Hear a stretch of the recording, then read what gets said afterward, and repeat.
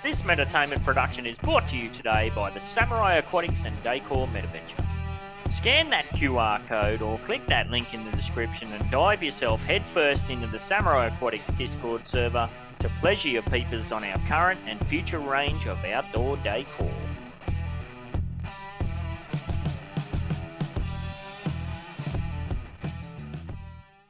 The Whine and Cheese Show is a Metaverse and NFT discussion and interview series brought to you by Metaverse Ventures Entertainment and host BEN68 and Morecheese. Warning: the information and opinions within are solely the views of the individuals involved and contains content not suitable for anyone.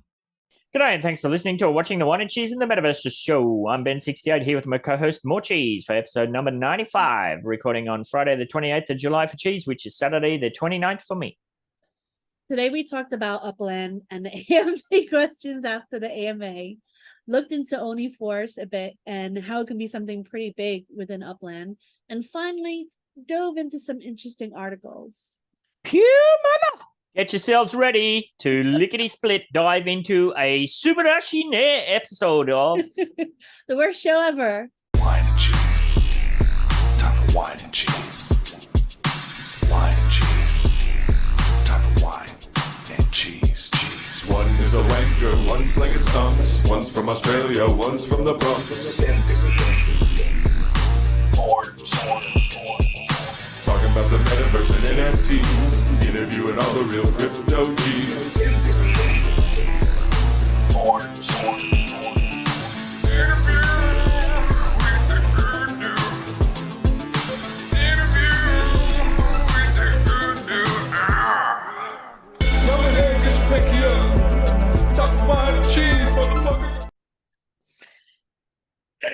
Hello and welcome to Whine and Cheese. Fuck.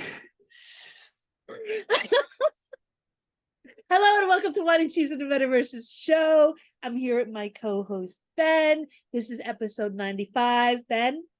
Staying alive. Staying alive. For everyone, practice your CPR. Yes. That's a good joke. That's a good joke, right? Yeah, but yeah, it was fantastic. I loved it. It was awesome. I wish you started the show with 5 of them. Yes. All right. We've got a fair bit to cover this week, as per usual. Maybe not a buttload, but definitely a couple of pockets full. So we'll see how we go. We'll just dive into it. We'll just dive into it and we'll hopefully race through it today because there's a lot going on. Have you collected your free McLaren NFT? There's another race on this weekend, Chase. Yes, thanks to you. And thanks to this show. Thank you, Whine and Cheese. Yes, and I seem to have got a bonus one. Look at this, a little bonus one. Really nice. Yes, I don't know what that is. I'll have to dive into that later. It may be to do with a different campaign they've got going on. Look at this. I just saw this pop up. Oh, it's going to reload. And you have all of them, right? Yes, so far so good. I haven't skipped any. Moments that make our legacy. So the McLaren team is basically doing the equivalent of spotlights, I guess. It seems to be the case. So for 60 years, McLaren have been at the heart of Formula One, bringing some of the most memorable moments in motor racing to fans all around the world. Collect and own some of these with McLaren Moments. Now, I did click on that. I believe it's £7. So that works out to about, I don't know, 20-something Australian dollars. Maybe, I don't know, 18 US, something like that. So it's not unreasonable. Yeah. So Tezos Wallet, if you've already been collecting your free ones, you've already got a Tezos Wallet, claim a McLaren Moments pack. Each pack has 3 moments from the total set of 18 collectibles. Each moment could be common, rare, or ultra rare. So it seems like at least you've got an equal chance of that. You know, if you just buy that pack, you have a chance at least. Collect to access incredible rewards. That's the same as the freebies. So rewarding moments, pole positions, podiums, and trophies are all part of McLaren's history. Whether it's winning multiple constructors or drivers' championships, we understand the importance of reward. As you build your collection of McLaren moments, you will have the opportunity to claim rewards as you complete different tiers of rarity. Now, here we go. Look, rarity versus rewards, common, Now, I rare. don't have a Tezos wallet. I've been putting it in my Google thing. I signed in via Google, but that automatically creates you a Tezos wallet, I believe. Ah, that's good to know. Yes, I believe so. Don't I'm quoting hold you. my nuts to the fire on it, but yes. So yeah, that looks like what I got. Maybe I got one of those common ones for free for having all of the ones to date so far. Now that one that I had appeared to be static, although I haven't actually clicked on it. Look at his chops. Sorry. Yeah, back in the day, that was all the rage. I don't know if that's going to be a. When I was young and not a kid. No, so it's not a video. It's just a side-to-side swingy shiny thing. Collectible details. Here we go. Smart contract address, blockchain Tesla. Okay, so yeah, I'm definitely going to buy at least one of these. Just to say I did it. Like I said, it's not unreasonably priced. It appears that you can buy it. You can buy it with Tezos or with what do you call it? The old CCC credit cards. £5. Sorry, I said £7, didn't I? £5. I really like the way the package looks too. It looks inviting with that little highlight shadow. I wonder if I'll buy one and I'll see if it doesn't automatically pack rip. If it's a pack break that I can do, I'll save it. I won't open it till next week's show. How about that? Ooh, yeah, that's cool. Right. But yeah, £5. I think that's pretty reasonable. Yeah. Well, 3 kind of things. So. But yeah, don't forget you can get the ones for absolutely 100% off free. Why wouldn't you? Exactly. Why wouldn't you? All right, Uplandy news. Let me X out of those. Save my laptop a bit. So Q3 roadmap and AMA, we went over this fairly extensively. You led us through the discussion on the UDU podcast. Is there anything else did you catch the recordings on the back end, the AMA? I didn't look at the AMA because I heard it was canceled. I didn't want them to say like something like, oh, that was in the AMA that didn't count, but I did catch the after AMA questions thing where Des Jack was there, a few oh my God was there. Is that his name? Oh my God. He's really I am God, I am or God. something. Yes, yeah. I am God, I am. He's really big supporter in Upland. So you know, I'm grateful he was there. They asked some questions. They didn't ask about the royalties though. Des Jack did ask about voting and you know, will there be more voting and I keep calling him Udan. Edan said that there will be more voting coming in the future, that Des Jack kind of like made it seem like the voting for the llama name for the female was a bit of a joke and it was just like it wasn't really tasteful. And I agree, like if you're gonna have a voting thing in there, at least have a few serious votes in there before you put a joke one in there. And well, Go ahead. Sorry to interrupt you. I was going to say, it seems like they're entrusting us, the community, to vote with just stuff that doesn't really mean anything. Yes. And yet they're still making all the big decisions all themselves. That's not decentralized. It's not. Yeah. So he came back with a kind of, in my opinion, weak answer by saying, oh, we didn't think of it that way, but yeah, we'll start doing more votes. Like I'm an action person. You could say whatever you want and it'll just fly over my head until I kind of see it. I am a big supporter of Upland and I do wish that going forward that they do put more of the decisions in the community's hands. Yes, absolutely. Did you watch the playback video of that? Of what? The AMA part where Des Jack and them were up asking those questions? It was actually separate because so when the AMA came out into YouTube, they posted 2 links. So one was the AMA and one was the afterwards question. That's the one I listened to. Yeah, that's it felt really weird looking at it. I'm like, it feels uncomfortable. Like all these people just standing there, like sit down, have a chat, sit down around the fire or sit down around something. I don't know. It just seemed weird. They're like just standing there. Maybe they need virtual drinks in their hands or something. I don't know. It just seemed weird.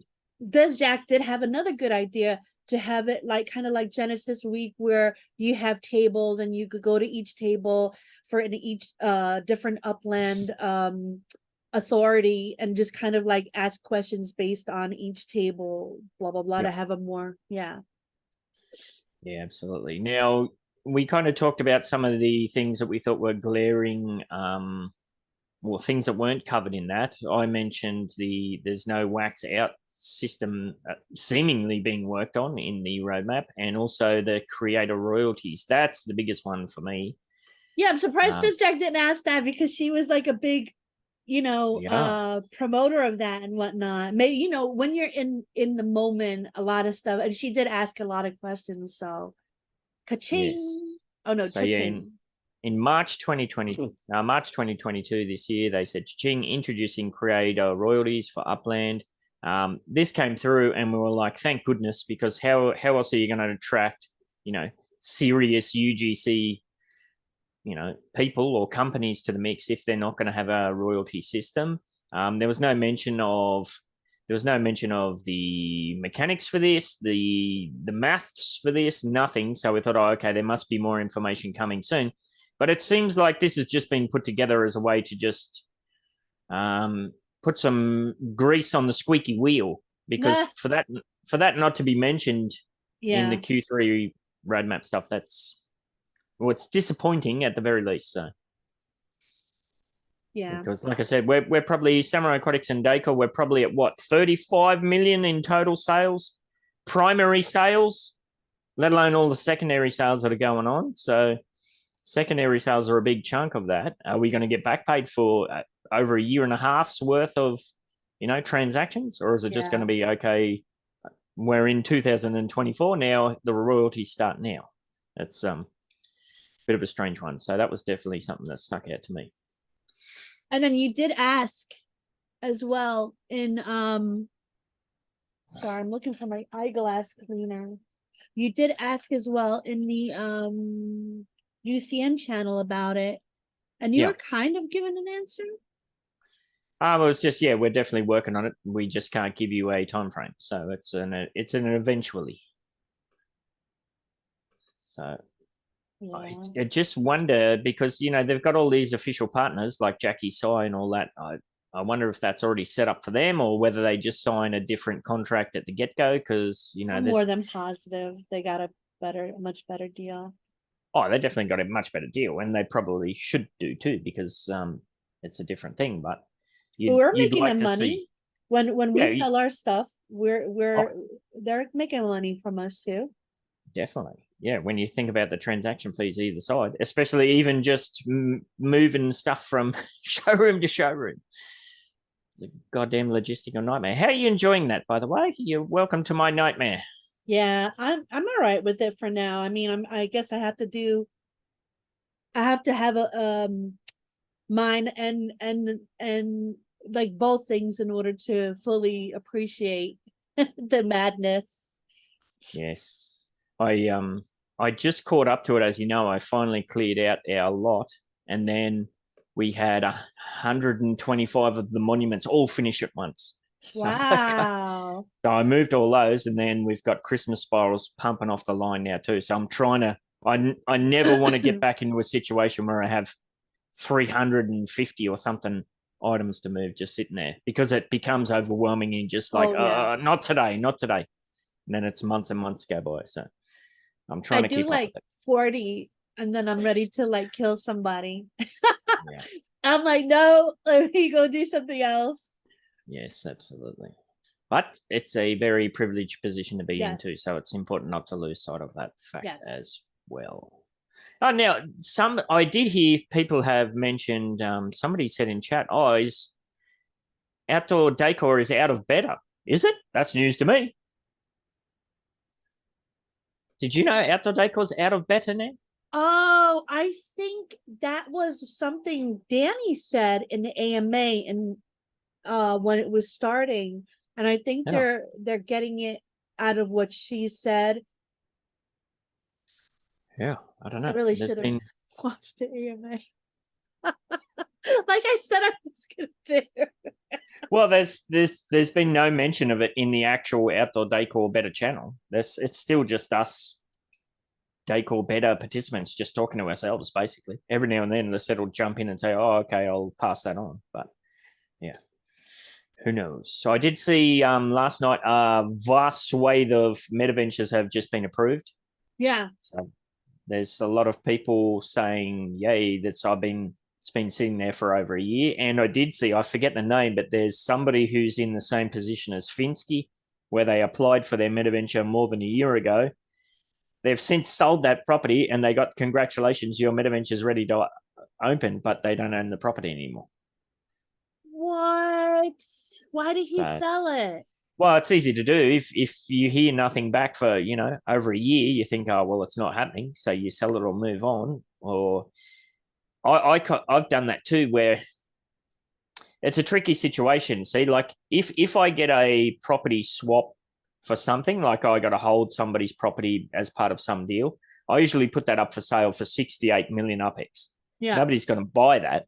And then if I'm going through on one of my sales rampages, if I see something that's in Queens that's 68 million, well, I know immediately, oh, okay, don't touch that. I don't know what that is, but if I need to find out, I can go back through and find out. But I just definitely know not to touch it. But see, if you apply for a Metaventure, you can't put it up for sale. That's true. So you're kind of screwed. So I could see myself very easily doing something like this when I'm on one of my, like I said, sales rampages. So, yeah. Well, I mean, it's easy to do, but in the long run, it is still our responsibility. Yeah. I feel bad for Finsky, though. Yeah, hopefully this new system, that's no longer going to be the case anymore. You're not going to have a 1 year lag or 8 month lag or something. It's hopefully once they catch up, they're going to be pumping them out pretty quickly. So yeah. Well, good news on my end. Like I submitted like most of all the stuff I want to be put out, so that's really cool. I just have to just kind of like wait now. We'll see. I know I did it last Friday, so this is like 5 whole days. Yeah. Yeah, I don't know. See, we've got so many outstanding items for Samurai Aquatics too that are just in limbo land. So. But wait a second now, because there's a new form, there's a new way to do it. Do you think if you resubmitted, or everybody in the outdoor decor beta, if they resubmitted via the new form, do you think that would make a difference? Well, I would say if that's something they want us to do, then they should say, hey, by the way, can you now use this new system? Because otherwise, you know what it's like with doubling things up. That tends to screw stuff up. I would definitely reach out and ask. Lizette's really good. She's my favorite. I would just reach out and say, hey, do you think this would be faster if we used a new form? Because on a new form, you have the ability to check for errors. So you don't have to wait, right? Yeah, exactly. Me and D-Tech were going back and forth, and it was really cool the way we were able to make sure everything was 100% no errors and then put it in. So I would definitely suggest that the people in that channel just kind of reach out and ask if they can resubmit it that way.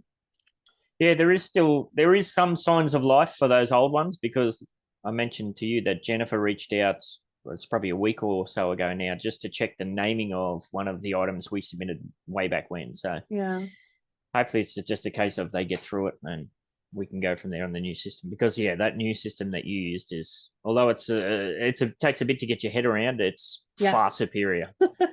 Yeah, it's far superior.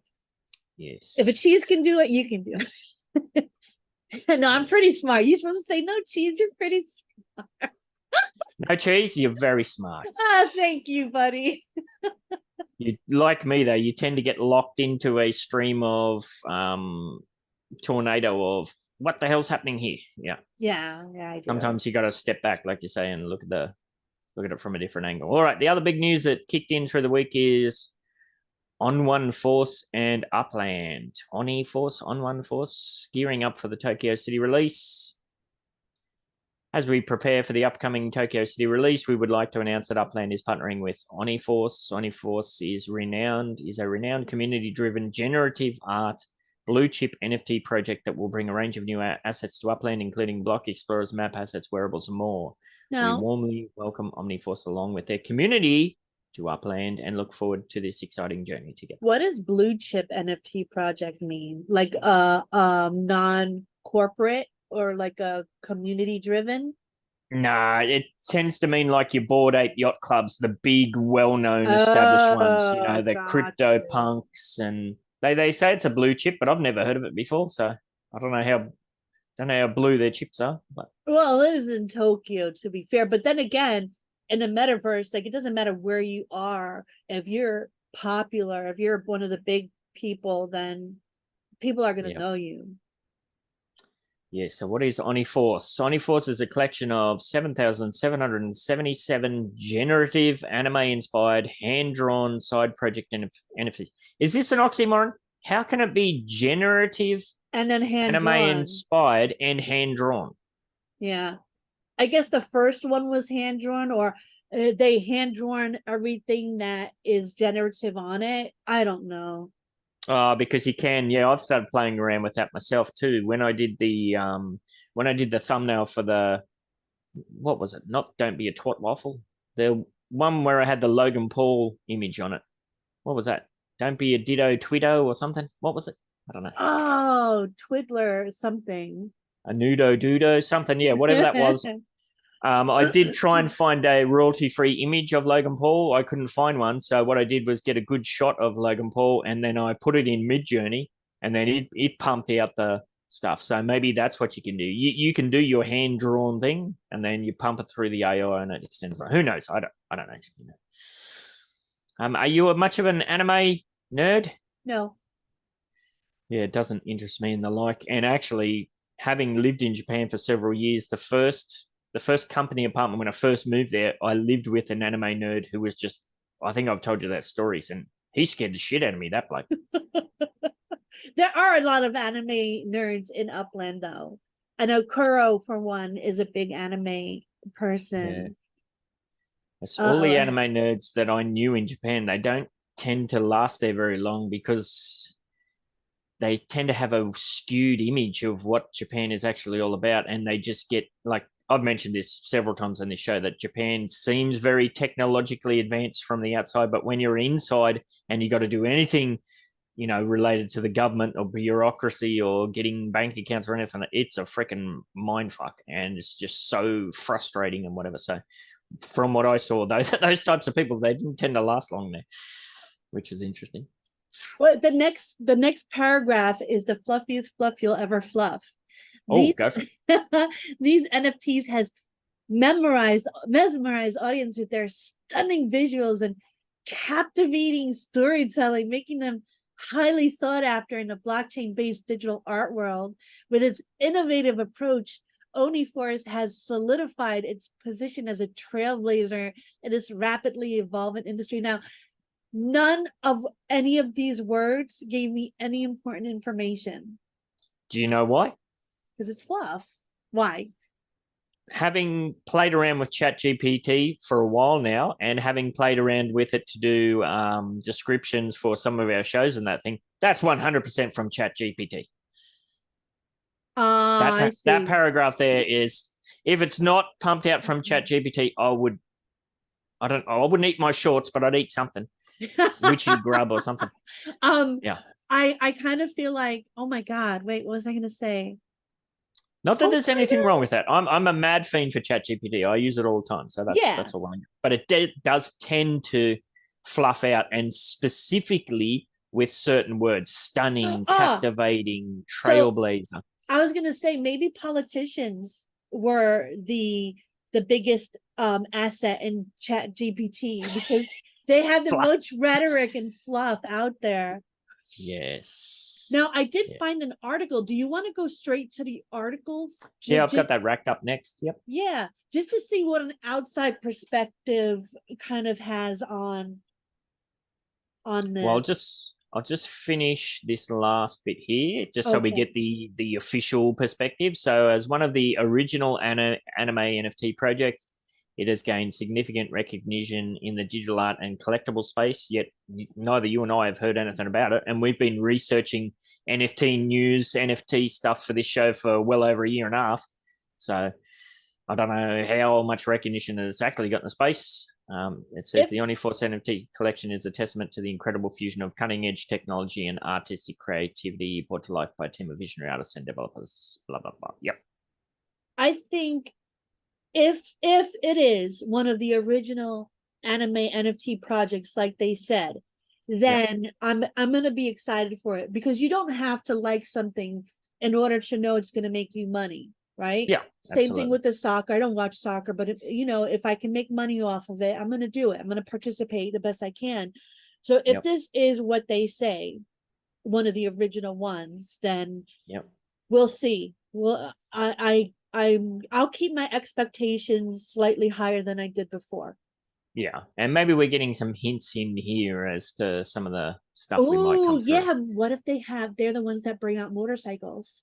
Yeah, you never know. Or like it's got here, including block explorers. Okay, that's cool. Map assets, cool. Wearables, cool. Okay, so it all seems very cool. If it's in this kind of style, it's going to be cool. So, and how do you feel? Is this a competition against Samurai Aquatics because you're Japanese decor? It's only, our stuff is only very loosely homage to that, and it's not really in competition. Every outdoor decor shop is in competition with every other outdoor decor shop. And if you go back and look at those team meeting videos that we put out there publicly, we've been talking for the longest time that we have a brief window of opportunity, and then we're just going to get snowballed with competition. That's something we've fully expected from within the Upland, community UGC stuff. And it's also something we definitely fully expected from big name. We've talked about like IKEA and things like that potentially coming in. It's not something that like we've thought, oh, this isn't fair or whatever. No, bring it on. I think what do I always say? A rising tide lifts all the turds. Yeah. Our turds will raise too, is what you're saying. Well, I'm more excited about this than something like an IKEA thing. Like something like this is authentic.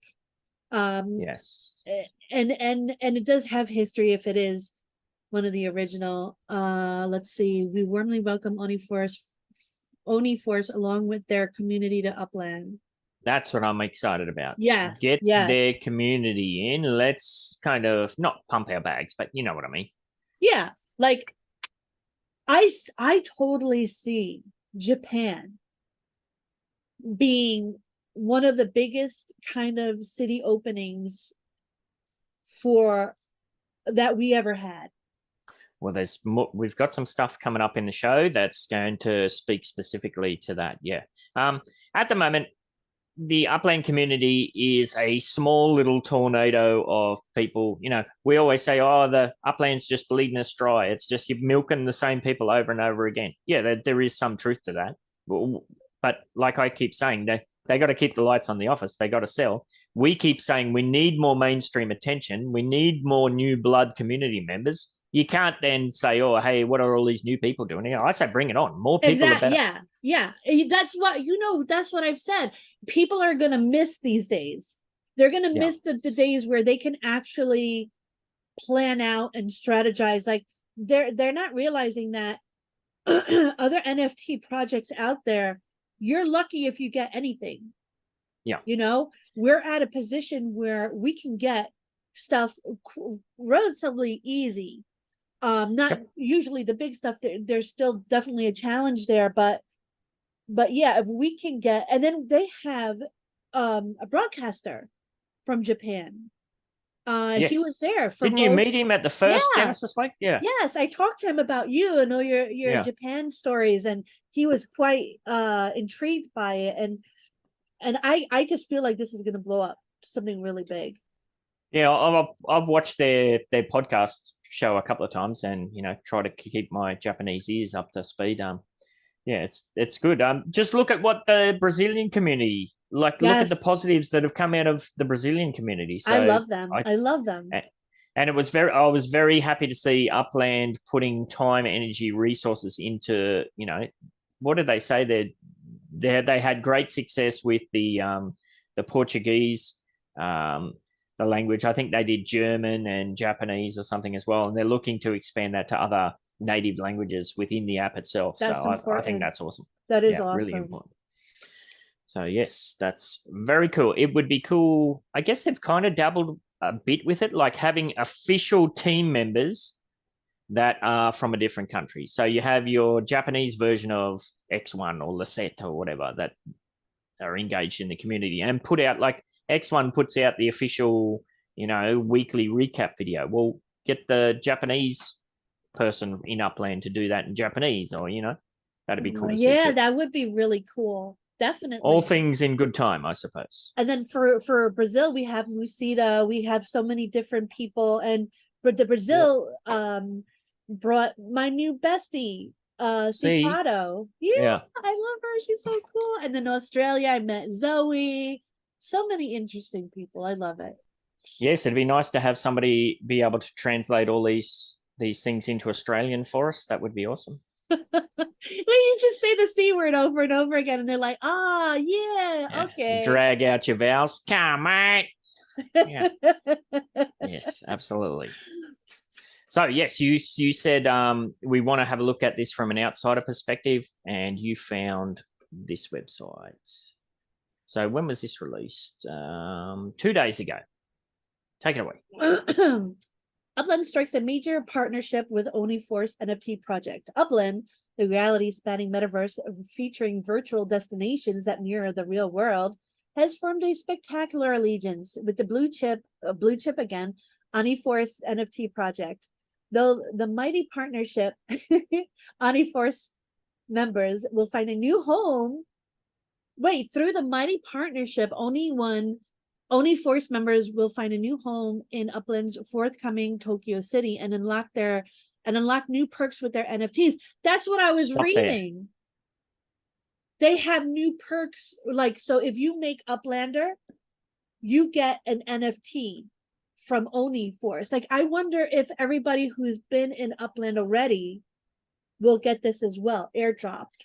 I read that from the opposite perspective. I read that as if you are an ONI Force NFT owner, then you're going to unlock some kind of perk, a new home in Upland. So maybe if you own one of their NFTs, maybe you get a property or something, or they've done a specific node. Well, supposedly they were supposed to do, like, this past Genesis week, that was going to be a Genesis week node project, but I think they just gave properties all over the place, didn't they? No, it was one specific area. Oh, it was one specific area in one neighborhood or something. But there was anybody could mint or buy around that. Around it, but not there. Not in that area, yeah. Yeah. So maybe it's something like that, yeah. Maybe. All right. As the NFT space evolves, existing projects like ONI Force are continually looking for ways to provide extra value to their holders. With this in mind, the anime-styled PFP project has formed a strategic collaboration with Upland in order to facilitate the creation of Oniverse. Yeah, this is what we've been saying. All these projects that are, they're doing the fucking chicken nugget verse in Sandbox or Decentraland and all that stuff. And we've been saying, well, why not come to Upland? Here we go. As a result, both companies will essentially build an exclusive neighborhood within the Upland metaverse that will form a hub for ONI Force NFT holders. That's Look at that. We predicted it. We didn't read this ahead, so don't think we're... No, we didn't. We're not circle jerking ourselves. We're not even halfway that prepared for this show. That's cool. That is cool. Yeah, it is cool. I like that. It is cool. Interesting. And I wonder if they're going to call it the Omniverse node, and I'm going to get all those royalty checks sent my way, Cheese.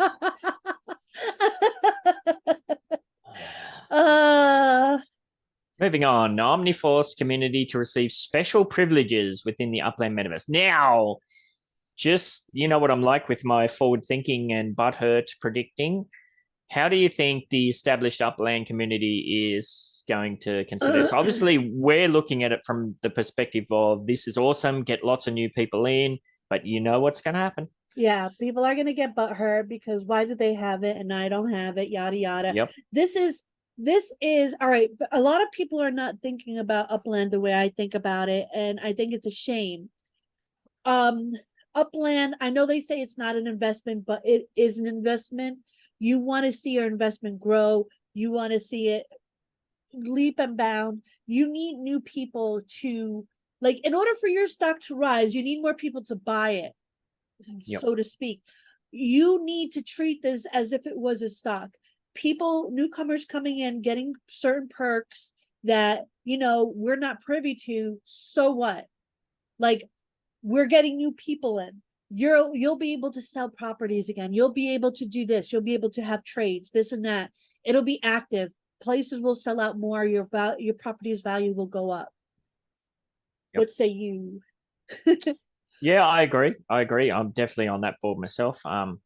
You know, as long as they don't push it too far, you'd hate to see perks bleed over to overtake what established players have done in the game. But if it's new things, yeah, that's fine. Well, like No the issue. way I read it was when they get up to an Uplander status, they'll get like a ONI NFT.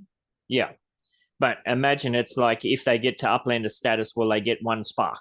Or, you know, there's a way they could push it too far that would extremely be janky. But if Look, it's a special block explorer when they reach Uplander status. Yeah, stuff like that. That's cool.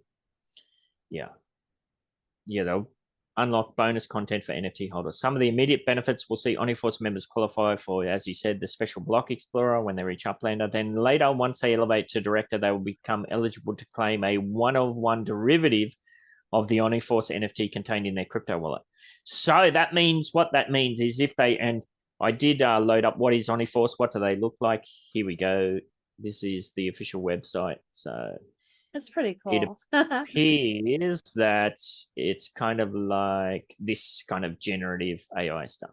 Oh, yeah. All right. So if this is my ONI NFT and I get to director, then I can apply to have this made into my official Upland block explorer. That's what that sounds like to me. Gotcha. All right. So it's just a PFP thing. Yeah.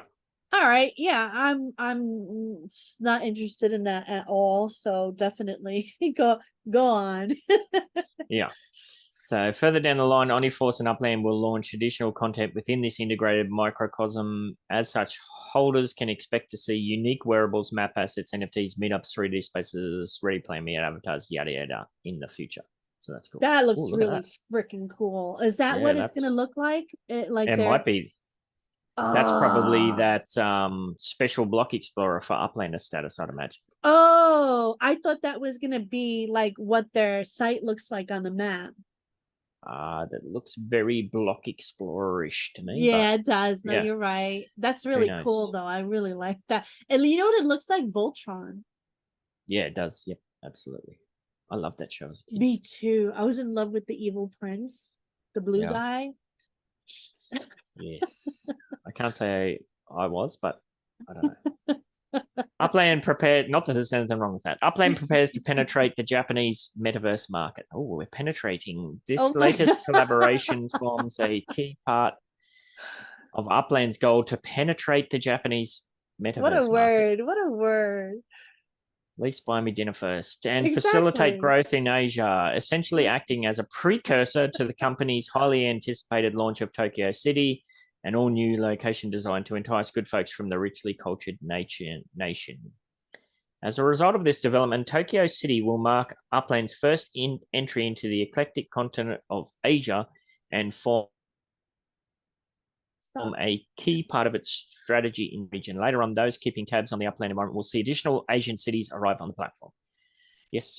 That's we know all that. So as ONI Force continues to grow following its acquisition of Old Fashioned Research, it has now begun honoring one of its major pledges to build a virtual hub and expand the Omniverse. Now, as I said, it's very cool that first of all, they're not putting it out to their community that, hey, we're going to build our own thing. First of all, I love that they didn't go to Sandbox or Decentraland, that they've gone to Upland. Yes. It sounds like a match made in heaven. So, or hell, whichever you prefer. If heaven existed. It would be a Yes. match made in heaven. Yeah, so that's really cool. I like this. I think it bodes very well for the future, especially this community aspect. Yeah, Like looking I more like it. into it, I'm definitely interested in acquiring one of these. Yeah, I want to claim my prize. There'll be a link to description. There'll be a link to this in the description. I'm not seeing a tab there. Comics Press. Wonder how Oh, you buy yeah, 'em or I whatever. actually did try the claim my prize thing and it didn't work. Ah, all right. Unless it's not up yet. Well, I guess we'll see. It looks pretty cool though, all the visuals and whatnot. Yeah, it definitely does. It has kind of like a comic book style thing, which is really cool.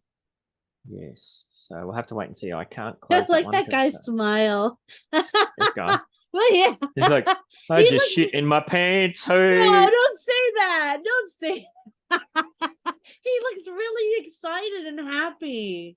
Oh my God, Ben. Yeah. Next. Go to the next one. I love the blue Voltron print. Hey. Guy, there's nothing wrong with your smile. Ben was just joking. I'm an utter bastard. Welcome to the Upland community. Welcome. Come one, come all. Yes. Now there was something in here that I said, well, hang on about that. We're going to dive into that a bit later. Well, we're going to dive into that right now. Like I said, through the week, Dirk Luth. Now, if you're somebody, if you're somebody, yeah, if you're somebody who is on Twitter or X, as it's now called, make sure you give Dirk a follow at Dirk Luth and don't spell it wrong like I did before. It's Lueth. I was like, Dirk's account's been deleted. No, I've just spelled it wrong. No, this is an actual thing, people. He actually thought that his account was hacked. Yes.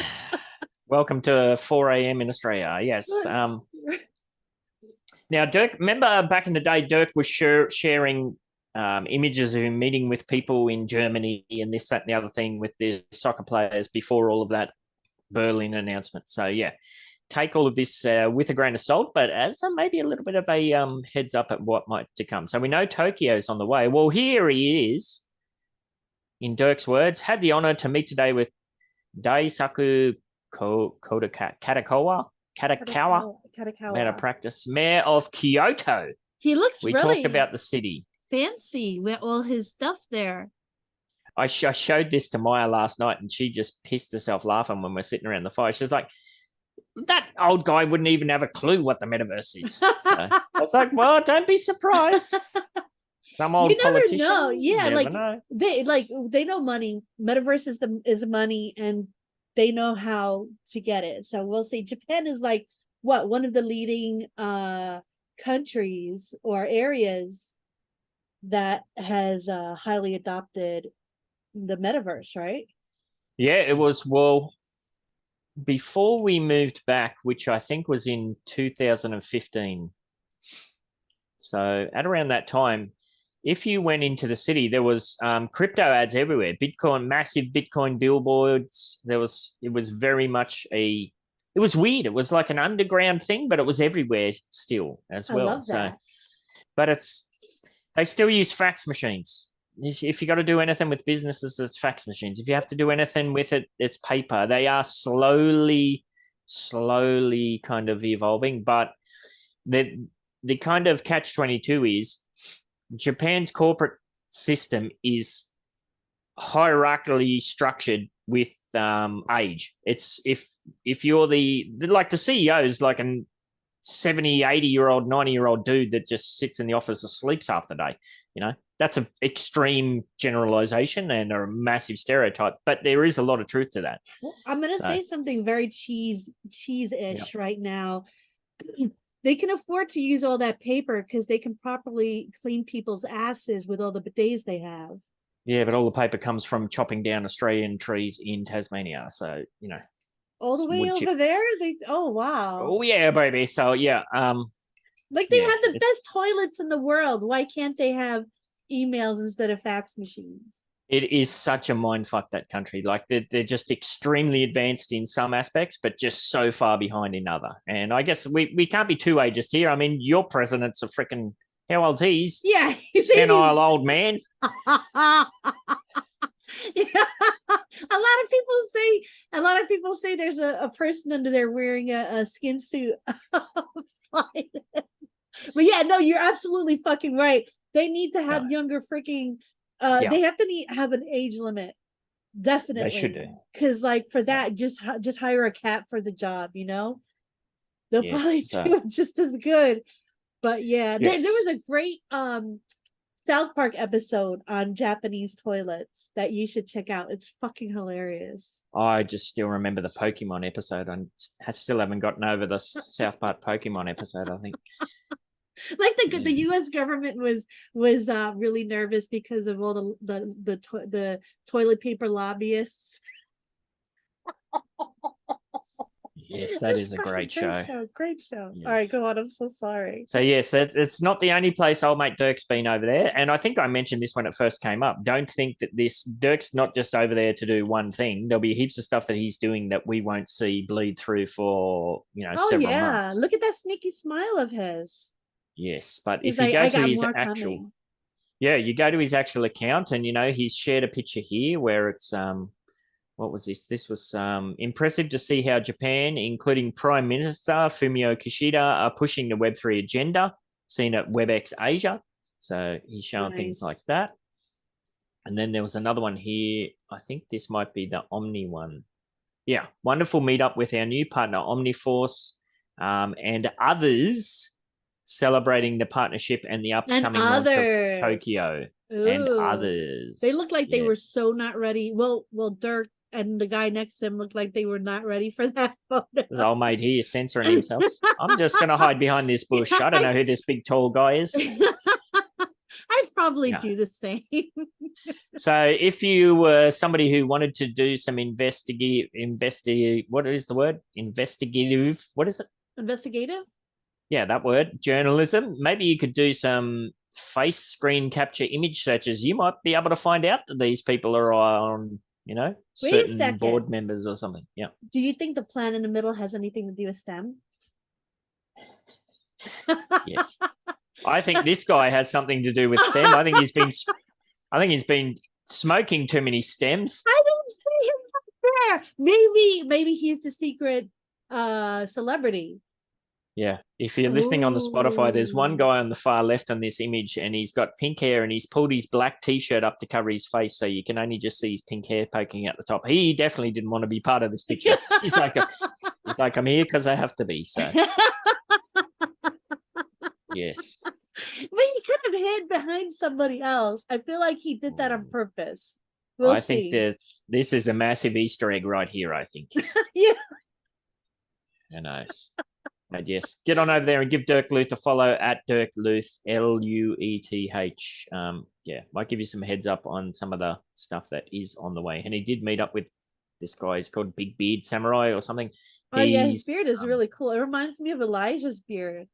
It's not that big.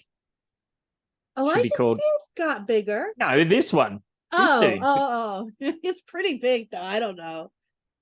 I was at the shops with Kiera on the weekend, and she's like, whoa, look at that guy. He's got a big beard. And I was telling her the story, family friend of ours whose birthday is the same birthday as mine. I grew up with this guy because he was friends with my dad.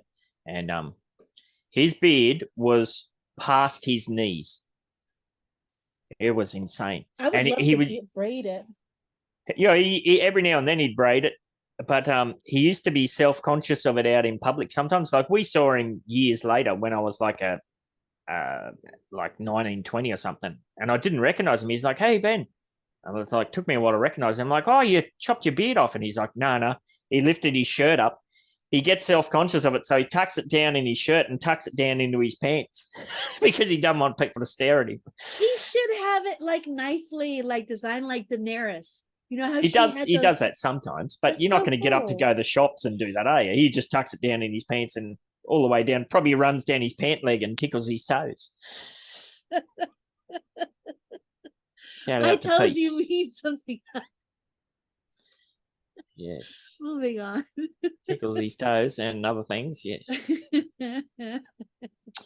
All right, we're screaming through them today. That's the end of the Upland stuff. Anything else you wanted to touch on in regards to that? Uplandy? No. Uplandy. Meh. Yes. So there is a lot going on, and there's also not much going on. It's one of those. Actually, I did hear something yesterday Ooh. on a UPX podcast. Yeah. What'd you hear? So I heard of the UPX podcast kind of teaming up with the Spark Exchange with Stosh, so that they're going to be kind of like affiliated together. Nice. And they just put something out, right? Like 12, well, actually an hour ago, but I just saw it now. Spark Exchange Alert and Layer 2 Bridges. Learn about the future of UPX Spark Exchange in this week's episode of Upland Update featuring USC co-founder Stosh. Nice. What else have I got? I can get rid of that now. Oh, Tokyo's coming up. I've just hit 3.5 million savings. You got anything saved? But You're to be gonna fair, regret it. I know, no, I'm gonna I'll probably end up putting money in, of course. But I bought something. I've been trying. I don't want to say it because I don't want people to follow it. I'll tell you afterwards. Yes. No, I've nearly pulled the pin on a few things. Like I wanted to buy a Genesis go-kart, and I was like, "Oh, they're down around 200K now." But I'm like, buy no. one just to have it. Buy one. 200K is nothing. Just buy it. Yeah. You know, when I tell you to do something, usually it turns out really good. Please buy one. Please. If they're still available, if I hit my 5 million target, then I'll consider it. But All yeah, right. I want to have 5 million in the bank ready for Tokyo. So I'm getting there. There. If somebody give Ben a better deal than 200K, he deserves it. If you've got a Genesis go-kart burning a hole in your pocket, reach out. But yeah, not interested in USD. There's far better deals out there in USD, but I don't fuck with that. Not for buying, only for selling. All right, moving on. Now you've found these, so let's dive in. The British Museum will enter the Metaverse via the sandbox. Wow. Come on. The cultural institution plans to establish an interactive space within the Ethereum-based world, as well as offer up NFT collectibles. That's a cool looking museum, though. Collectibles. The British Museum. Oh, is that an actual real picture? I thought that was some generative thing. Wow. Is that real? Must be. I don't know. It doesn't look real. British Museum image Shutterstock. Must be. Oh. Crazy. All right. Take it away. London cultural stalwart, the British Museum, is partnering with Ethereum-based metaverse game The Sandbox to create a range of NFT digital collectibles in conjunction with the museum's licensing partner, French startup La Collection. Yes. According to a press release, these will reflect the breadth and depth of the British Museum's collections, offering new immersive experiences. The British Museum will also create its own immersive space within the online game world, putting it alongside modern cultural icons like Snoop Doggy Dogg, Macca's, Adidas, and Gucci. Now notice those modern cultural icons. These are all popular corporate entities. Big money. I saw another article about Snoop Dogg, but you had to be a paying subscriber, saying something like he chose the wrong thing or something. Oh, really? Yeah. Yes. Who would have thought back in the day that Snoop Dogg would be referred to as, what did you just refer to them as? Massive corporate conglomerations, and Snoop Dogg's name's in the mix. He definitely is. He definitely is. Yeah. Yes. So that's cool. One of these days, I think you and I, maybe we got to do a special series where it's Whine and Cheese go to the sandbox, where we're always shit talking, right? Well, let's just go there one day and poke around. I would love it. I would do it. You'll be able to watch me rage quit at my laptop trying to load this shit. So we'll have to wait and see. Yes, that might be a bit of fun. So this is a great opportunity for the sandbox players, all 15 of them, regardless of where they are, to learn about the amazing wealth of human history, art, and culture that the British Museum has to offer. The sandbox Koo and co-founder Sebastian Borgo said in a statement. Okay. Yes, all 15 of the Sandbox players they're pretty much, are they engaged? Are they just long-term hodler speculators? I don't know. You're gonna have a bunch of freaking corporate with no community. You have nothing. They have nothing. Yeah, I mean, we always rag on it. We always shit talk it. Maybe we do need to spend some time to actually go and have a look in there, attempt to engage in the community and see what is actually happening in space. Well, you know what? I'm going to go into their Discord after this. Remind me. I'm going to go into their Discord and see what the hell they talk about. Nice. A representative from the British Museum added that the institution was eager to explore new and innovative ways of sharing its collection and reaching new audiences. This is cool because remember when COVID kicked off, there was a lot of, when everything was shut down, there was several, it was museums. I don't know where it was. I thought it might have been the British Museum where they were doing like virtual experiences, or you could do virtual tours. You could still go to the museum or the You zoo said that's or so whatever. fancy, tours. Tours. Yes. However, this is not a Web3 first for the institution. Oh, here we go. Look, while it was founded in 1753, constituting the world's first natural public museum, it has been swift to embrace innovation. The museum has previously collaborated with La Collezione on 3 NFT collections. All right, blah, blah, blah, blah. Blah, blah, blah. That's interesting. Look. The relationship began in September 2021 with an auction of 200 digital postcards of works by Katsushika Hokusei, including a rendering of the Japanese artist's popular woodblock paint Under the Wave of Kanagawa. And that's what the Samurai Aquatics and Decor right behind you there on your left. The Great Wave. Wow. Yes, which he created in 1831. And before you try and throw us under the bus, that is a public, what do you call it? Public domain image. Yeah, so, over 50 years old. Get off our back. Up yours, dickheads. Wait, did I say days or years? I said years, right? Yes, I believe okay. So. That was followed, blah, blah, blah, blah, blah. Okay, that's all just fluff. Blah, blah, blah, blah, blah. In Paris, the show, for its own part. Here we go. For its own part, the Soundbox announced the creation of an in-game museum dedicated to NFT profile picture project World of Women last year. Just one element of the platform's 5-year, 25 million initiative to create a World of Women Foundation. A WOW Foundation.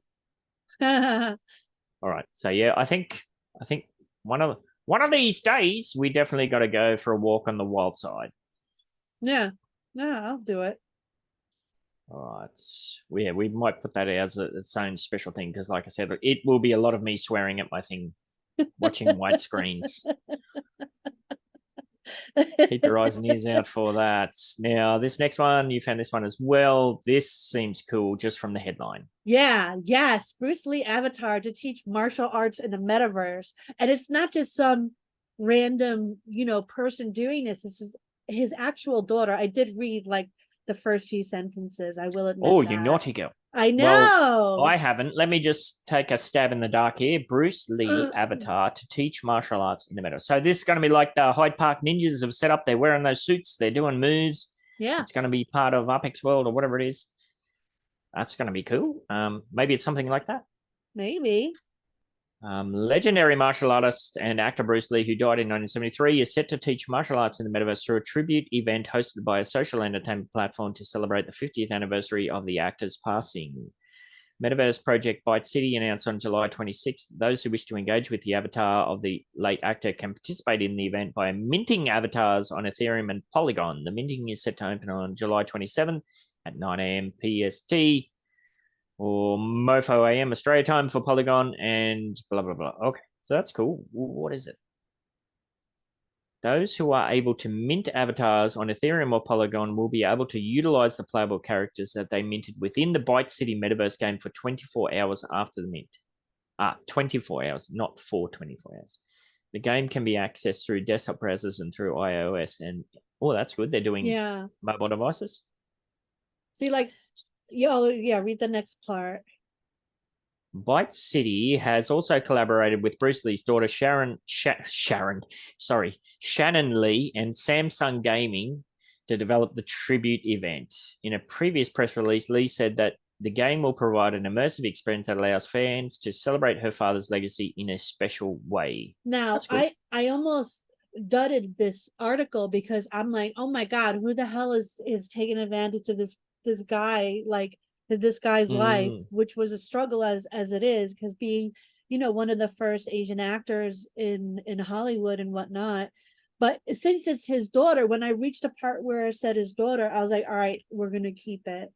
Yes. Yeah, for sure. Meanwhile, this was not the first instance of Bruce Lee diving into the Web3 world. On April 12th, the Bruce Lee Foundation, which is also directed by Sharon. I keep saying Sharon. Sharon! Shazza! I think of Ozzy Osbourne when he's calling his wife, Sharon! Where's the fucking remote? Partnered with NFT video platform Shibuya to create an NFT collection called the House of Lee. Yeah, that's cool. All right. I like that. That's cool. I like that. So while the release generated about $730,000, hodlers of the NFTs quickly realized that only one NFT was unique in the entire collection. Whoa. Ooh. This led the floor price of the collection dropping from its 0.0008 Ethereum minting price to around 0.0002 Ethereum at the time of writing. So died in the ass. Wow. Holy crap. Well, so out of all of them, just one. You got to read the white papers, people. Holy Do your research. schmoly. Don't FOMO into shit. So well, that's assuming it was all outlined in there. Okay, so you have to mint an NFT to be able to be part of this thing 24 hours. Details, Discord. Okay, so I'm not going to click on that, but is this something that interests you? I wonder the pricing on that. If that's any indication, 0.0008 Ethereum, that's not that much, is it? No. And it's even got the pricey there, current pricing. 1,000, let's just say 1,800 for shits and gizzle times 0.008. 10, so 12, like $14. 15. That was their initial one. I don't know how obviously that's this new one might be a different price. I don't know, but it's not, you know, it's not unreasonable. Yeah. I have to wait and see if that's something that interests you. As I said, the link is in the description. All right, so what's this next one? Puma. Like I used to wear these sneakers in the 90s. I really like them because like my feet have a high arch but are narrow on the side, so these sneakers fit me perfectly.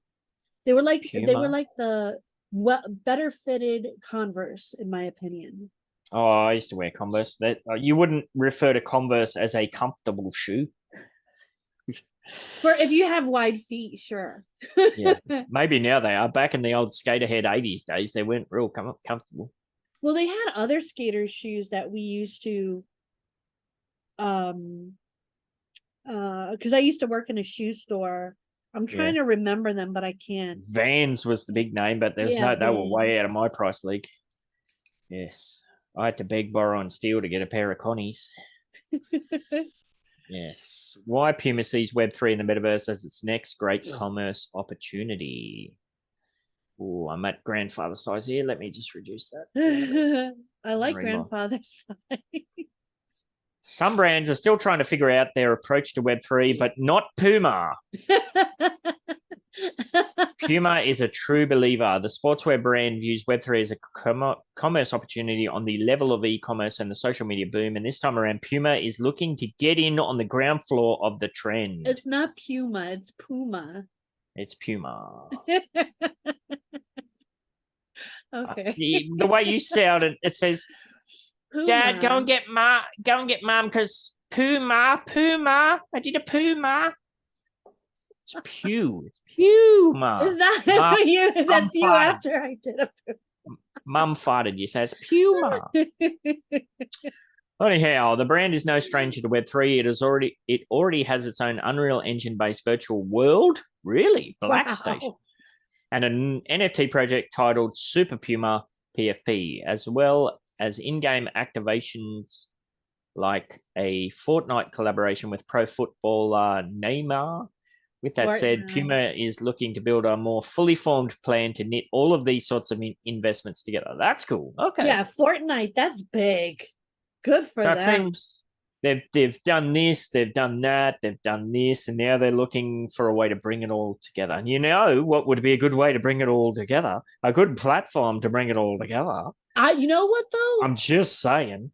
Skip the Puma and go straight for Fortnite, Upland. Like Fortnite and that other one, Roblox. Oh my god, those would be huge. Yeah, but it's like trying to get a collaboration with Pepsi and Coke. They're kind of competing brands almost at this stage. So yes, a core element of the company's Web3 strategy is its relatively broad definition of the term, which includes both NFT projects and non-blockchain immersive worlds such as Fortnite and Roblox. We basically define it as any new marketing technologies that are kind of shaping the way consumers interact with brands, says Ivan Oldmate, Puma's head of emerging marketing tech and Web3. I think that's a very smart, progressive way to think of things. They're not trying to pigeonhole themselves into any one thing. They're just saying, look, however the customers want to interact with their stuff, wherever this space is going, that's where we want to be. Well, that's what I just said, but now they're smart and I'm not. Because remember I said I want Upland to be with Roblox and Fortnite, and here they say that it's with Fortnite and Roblox, and you're like, oh, they're really smart. No. I thought you meant Upland should do a collaboration with Fortnite and Roblox. Yeah, that's what I thought you meant. That's what I did say.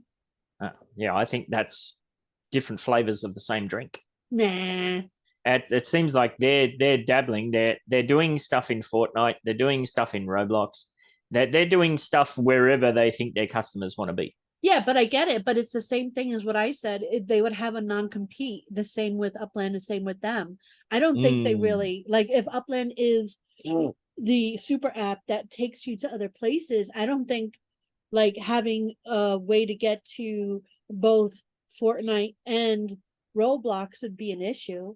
Yeah, we talked about that before. Hey, you've talked about portals and whatnot. Yeah. So you said, you're smart too, Cheese. Good job, Cheese. Yes. Bring on the Pumaverse in Upland. The Pumaverse. You said it right though this time. I'm trying. As Web3 becomes less of a flashy experiment and more of a consistent element of brand's ongoing marketing mix, this broader view of the space has grown in popularity. It's the same definition of Web3 used by Vayner3, a self-described Web3 consultancy that became one of the launch partners of Roblox partner program last Web3 month. consultancy? That's funny. Well, you're a Web3 consultant, aren't you? Am I? I don't know. Am I? Yes. All Yeah, right. if I've got a question, I'll ask you about it. I don't know that you'd put it on your resume, but it's one of those jobs we talked about this last week. I think it's one of these evolving jobs that are going to become a thing. So yeah. Yes, that's a conversation that we've been having with our partners when we're thinking about the next era of the internet. Yes, that's what it's all about, said Old Mate. It's going to encompass multiple adjacent technologies, whether that's immersive experiences or blockchain based. Yeah, you don't have to pigeonhole yourself into any one situation. Puma's reason for leaning so hard into its vision for Web3 is simple. It doesn't want to miss the boat yet again on the big shakeup to the retail world, and it sees the coming of Web3 commerce as a potentially seismic shift. Yeah. Hallelujah. Yes. Yeah. We have been banging that drum for the history of this show, basically. Yes. It actually makes me wonder, what more can we do before the shakeup happens? Does that go through your head, Ben? A little bit, but I think consumes me. I think that we're well placed because we understand at least the principles of the underlying tech.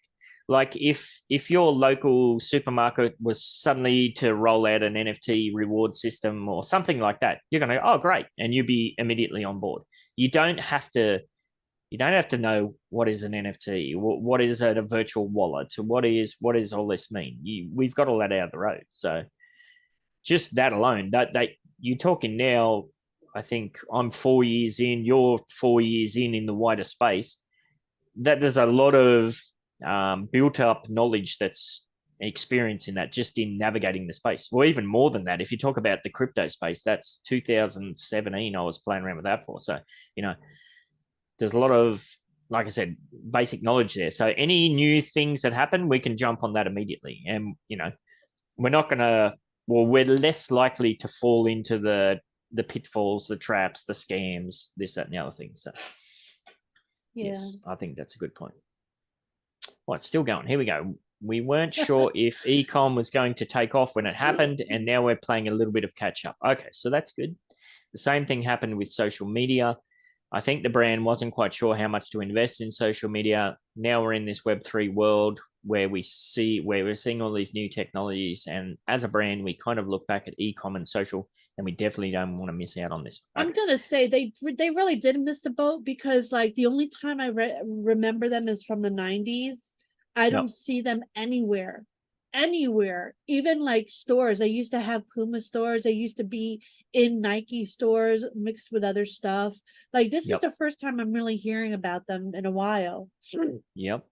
This sentence here, that rings very true for me. I think the brand wasn't quite sure how much to invest in. Now, I think of that as myself as I don't, when I think of Upland or anything in Web3 space as an investment, for me, it's not about the money. It's about the time investment. Time is my most valuable commodity that I have. Yeah. So I've lost count of the amount of node projects or Web3 layer 2 projects that I've said, look, I think what you're doing is great, but at this present time, I can't be involved in the build up of this stuff. If I'm happy to promote your stuff or whatever you're doing, happy to highlight it, but actually me putting time into it, I don't have the time to put in it. Once you're up and established, then we'll see how we go. So I kind of get that. You kind of, you can't cover everything, chase everything. Otherwise you get nothing done yourself. True. No, you're right.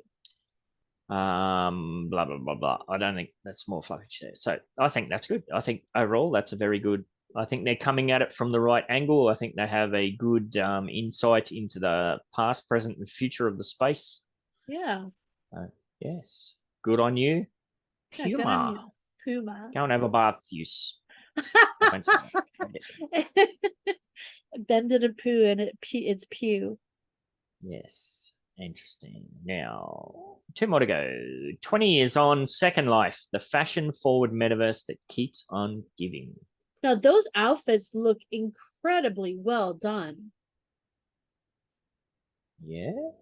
Like, you don't have to think they look good, but they just look very realistic.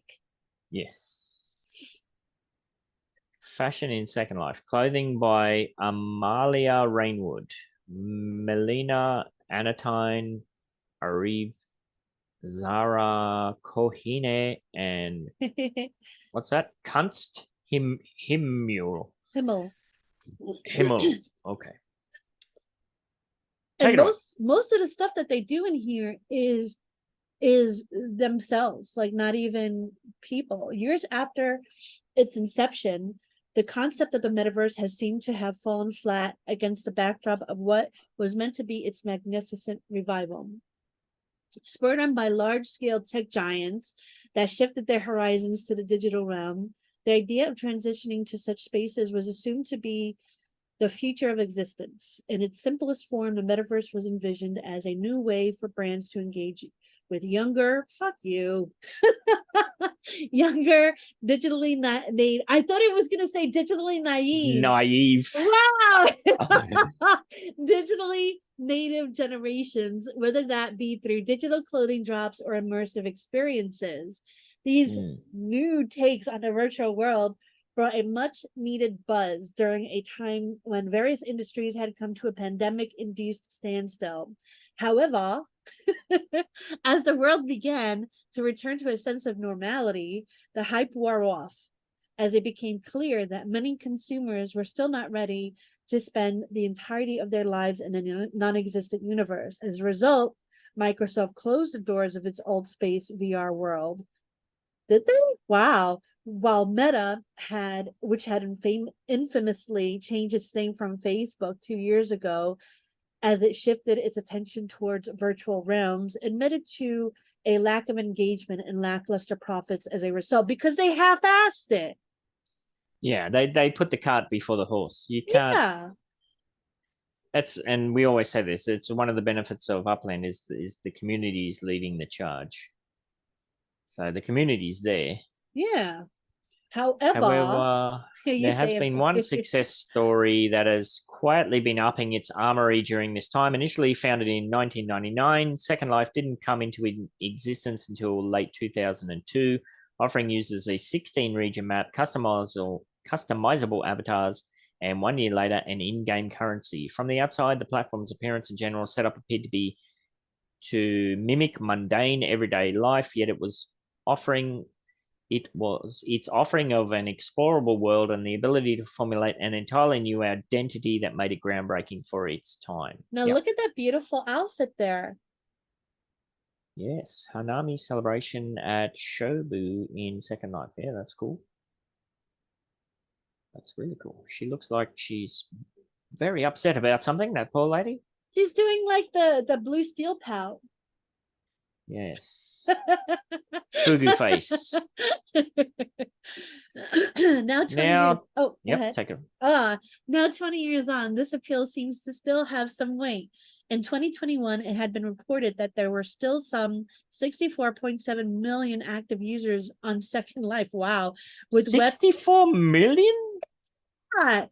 That's a lot. Come active to Upland. Users? You know what? Maybe we should go to their Discord and try to get them in Upland. Holy shit.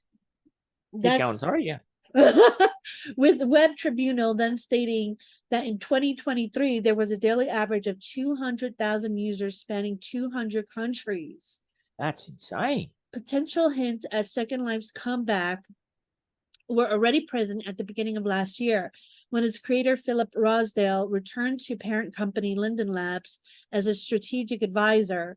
The move followed an undisclosed investment from High Fidelity, a spatial audio company also founded by Rosdale. Wow. Interesting. If this comes back and they make it more user friendly, yeah, it's going to be a force. Because I remember you saying back in the day it was very difficult to navigate. Like you had to open folders and do codes. Oh yeah, everything sort of was in the folder. You Yeah. you wanted to create anything. Well, this was the first Blender kind of application to create stuff. Yeah. Spatial audio. So that's what they're doing with the Nowhere project, and that's all Yeah. about virtual spaces and meetups and stuff. So that's interesting. All right. Now in its 20th anniversary year and on the brink of releasing a new portable mobile app, ooh, mama, Second Life and Linden Labs have set themselves up for the task of bolstering and supporting their already vibrant fashion community in the hope of Wow. maintaining the platform's status as a pioneer in the sector. To It get is. in some insight into the platform's longevity, Fashion United spoke with Second Life VP of Product. That can't be a real name. Grumpity Linden. I love it. Grumpity. Wow. As well as some of the designers that paved the way for digital fashion and continue to do so in the immersive world. What is Second Life doing right now and how are designers benefiting? Okay, so we're talking about that. UGC here. Look at that thigh gap. Oh my God. That's the only thing I can see. I'm seeing hints of camel toe there too. Not good. Moving on. Grumpy Linden credited much of Second Life's success to its emphasis on nurturing its community, which has been granted a significant degree of trust and empowerment to create and develop on their own terms. UGC at its core. Love it. Fashion and avatar customizations are at the core of this creator economy, according to Grumpy Linden, who noted that these individuals have a tremendous influence and presence in organizing events, publishing materials, and keeping customers engaged. So this speaks to what's old mate that runs Dog Patch? What's Nichiren? Yeah, it's kind of hints at what all the stuff he's got going on. In fact, the VP said that there were over 1.6 million transactions happening on the platform every day, with more than $86 million paid to residents in 2021 for a variety of virtual goods and services. Wow. Additionally, over 1,400 people earned over $10,000 last year, while some earned over $1 million in earnings during 2021, making fashion a significant contributor to Second Life's prosperity. Now, Yeah. isn't our friend Lily Field, she's a UGC content creator for Second Life in regards to structural designs and Yes. spaces. Yes. So that's really cool. Look at this. What is that? A candlelight That dress? is a fire fucking hazard right there. Jesus.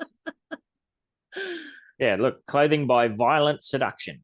Oh, yeah. Oh, that was another thing I wanted to say. I forgot until I saw that.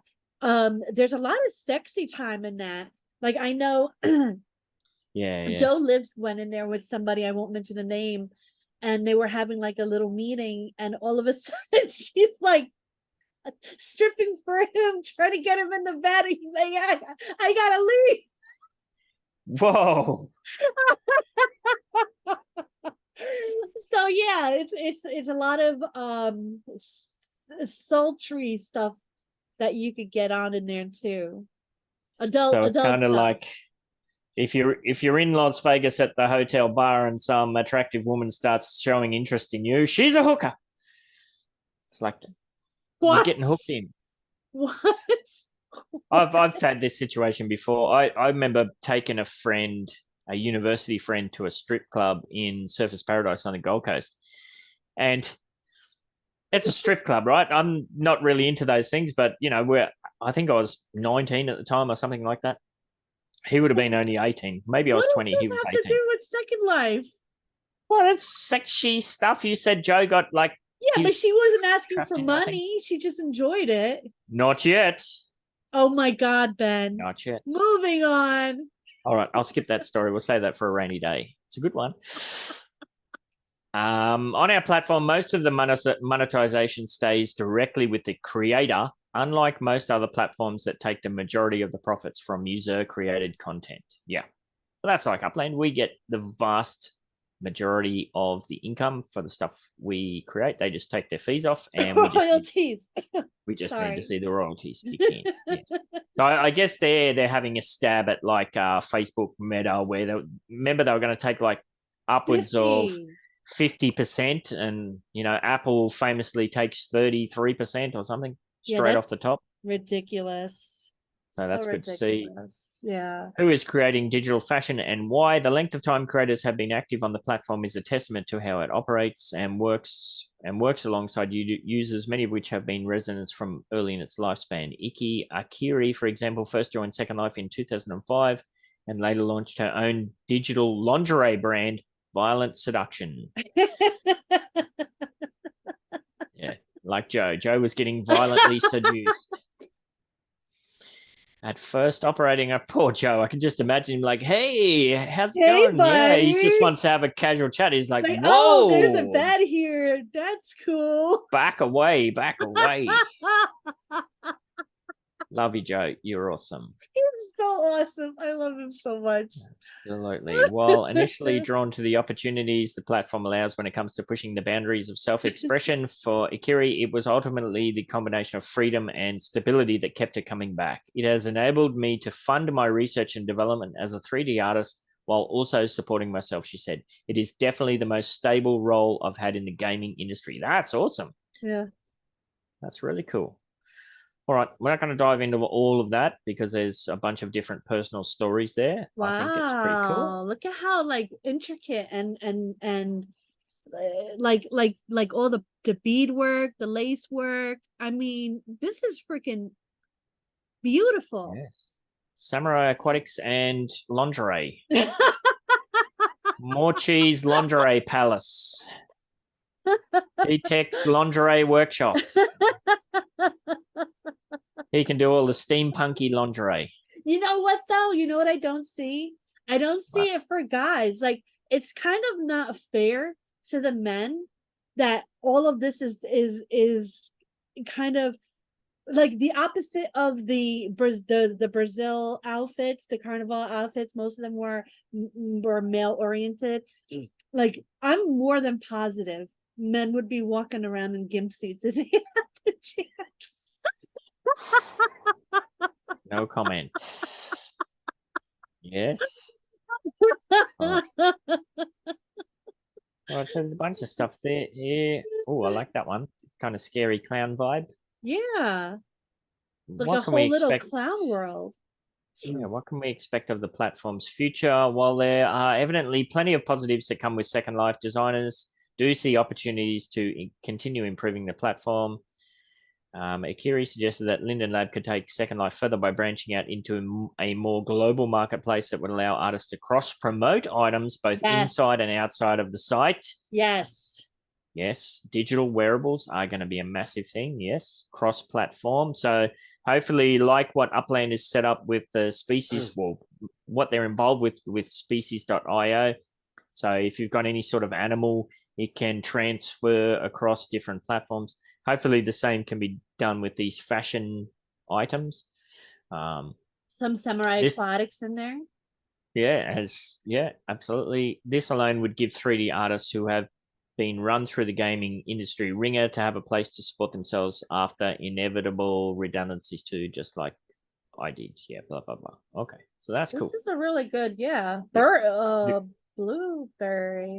Wow. This is going to be very interesting. If they've got that high of a daily user base, and then it says here, one of the biggest steps up for Second Life, however, is its upcoming mobile app launch, possibly set to drop later in 2023. That will be a game changer. Yeah. Upland, come on, baby.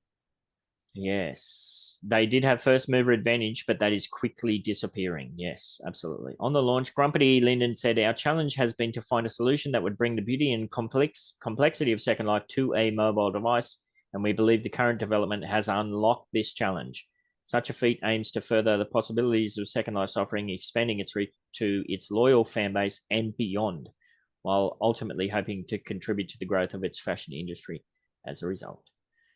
There you go. Oh, there's a couple of blokes there. Look. Yeah. No, like, no, yeah. Toot and Cash. Yeah. Well, he's all right. buff. That Look at how strong he is. That bodes very good things for the future if you have been involved in Second Life or you are an UGC creator involved in fashion. We should see if we get Lily on here one day to talk about Second Life. Yeah, that'd be great. Yeah. I don't know. She'd be real keen to get up at 4:30 a.m. on a Saturday morning, though. That might be She might. She works pretty late. Like, she works into the morning sometimes on certain things. Yeah, she's juggling grandkiddies and all sorts of stuff now too. So True. Yeah, I used to have great chats with Lily back in the old. Lily and I used to run the Oz and NZ show on the Upland Cafe. I loved that show. Like, I wasn't able to stay up till 2 a.m. every night, but I would catch the recording of it the next day. And that's how I got to know Zoe, actually, through that. Yeah, she jumped in on that. Yeah, we tried to pump some life into it, but it just ended up being her and I having the same conversations over and over and again. So. Well, you guys tried. We tried. All right. And last up, Yuga Labs hopes to rile up its Bored Apes with latest Other Side demo. The NFT mega company has been hard at work building out a virtual playground for its Web3 community, and its latest live demo is aimed at bringing Bored Ape Yacht Club holders back to the center of its universe. Now, the thing that brought me, Yuga Labs, why does that sound so familiar? Is it because it's a part of Bored Apes, or is it something else? Oh, no, yeah, it says right there, Bored Apes Club parent company, Yuga Labs. All right. I think they may have purchased or they're responsible for the CryptoPunks as well. All right. But they have been involved in the space with the big time money space for quite a while. Absolutely. So yes, Bored Ape Yacht Club's parent company, Yuga Labs, has been focused on building out its Other Side gamified metaverse world for the last year, raking in millions from its Other Deed NFTs.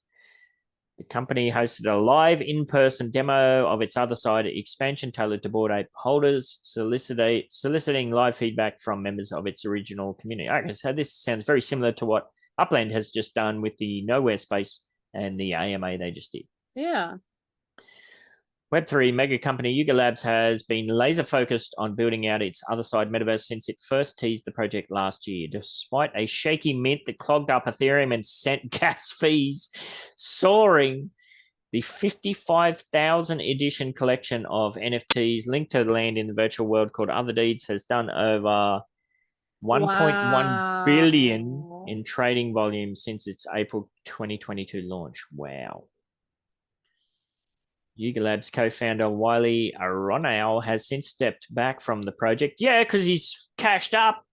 He's like, thank you, yacht time. See you later. You know what though?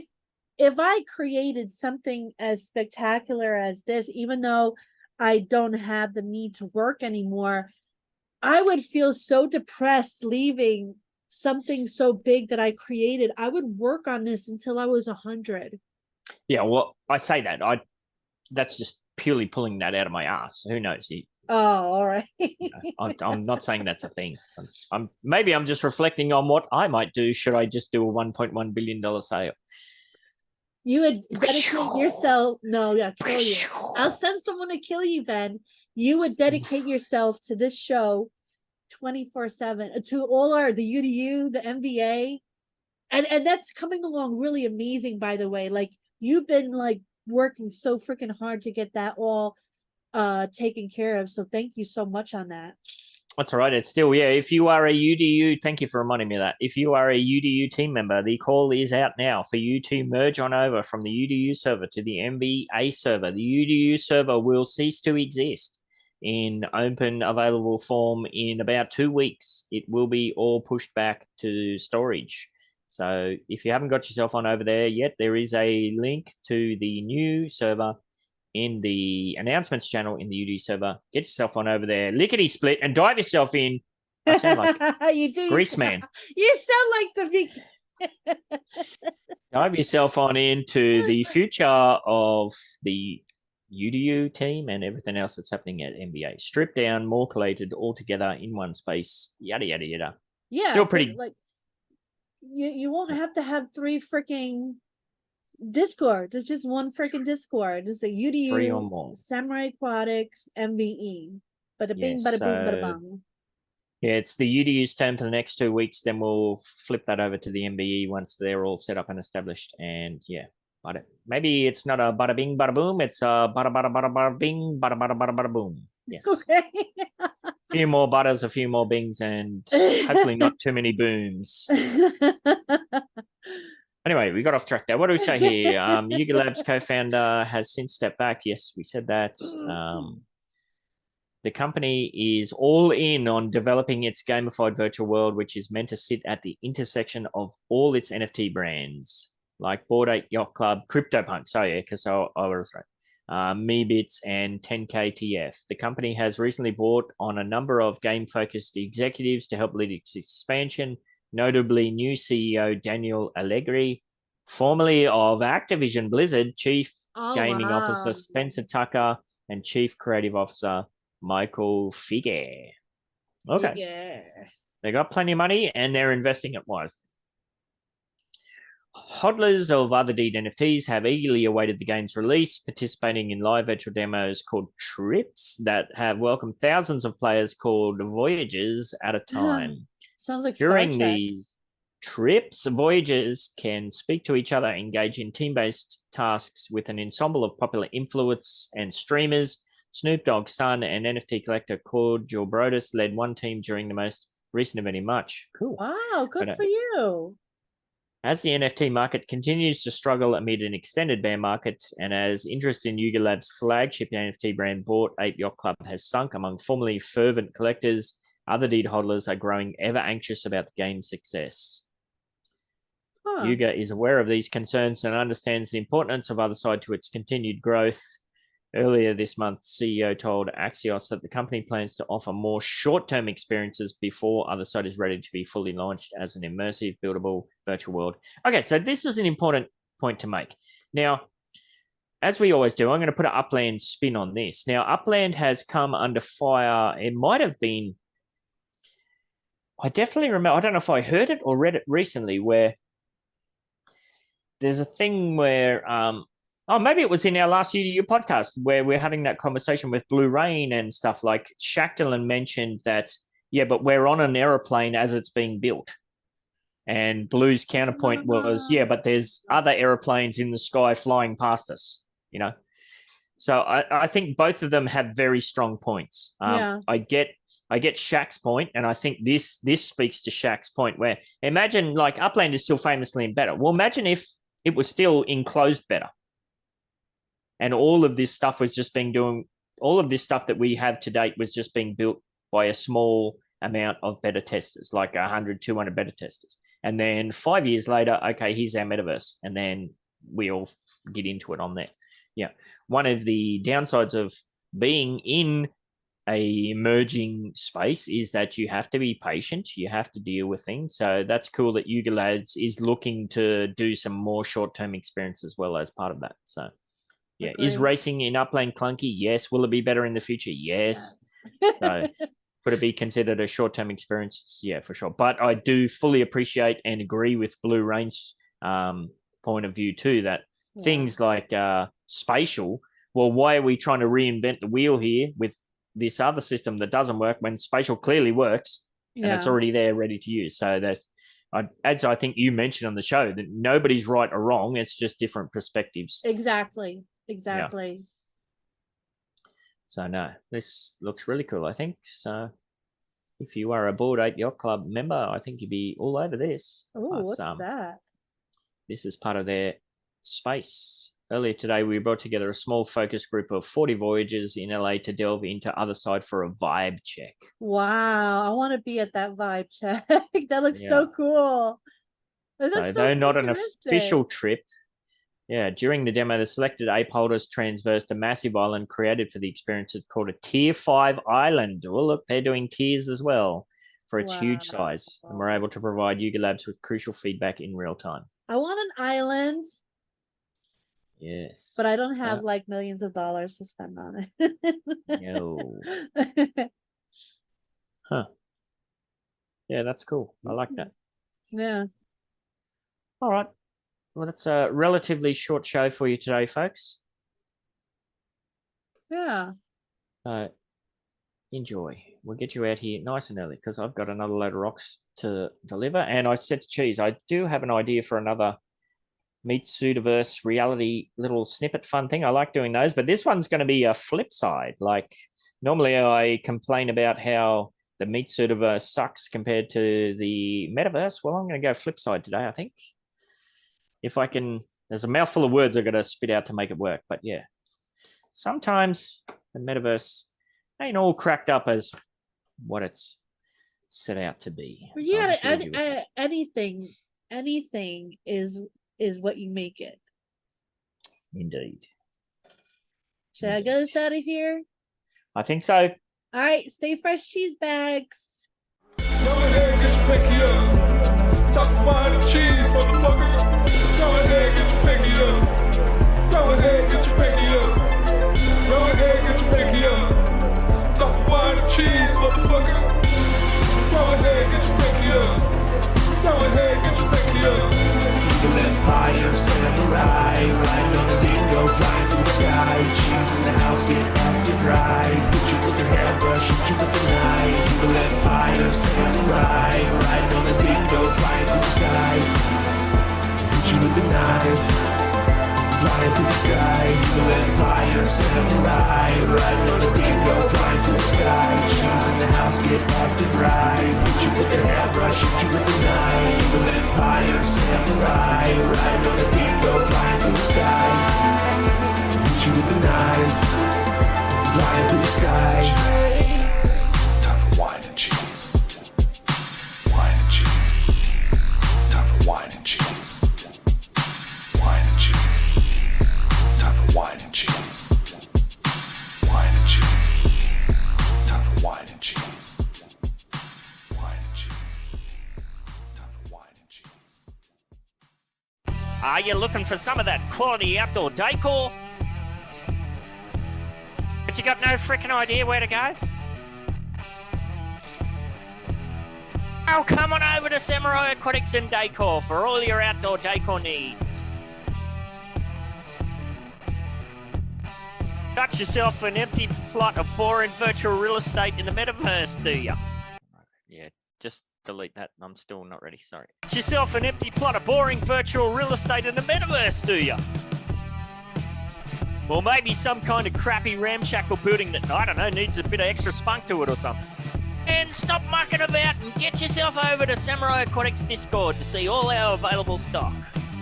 We've got loads of different decor to spend your pretend money on. We got saunas to fire you up and ice baths to chew you the fudge out. Literally stock coming out of our ears. Grills, swings, seating and more. So much more. And if we don't got it, give us a buzz and we could probably make it. Get yourself on over to Samurai Aquatics at 30 Aqua Vista Way in Midtown Terrace, San Francisco, lickety split, and gorge yourself on outdoor decor.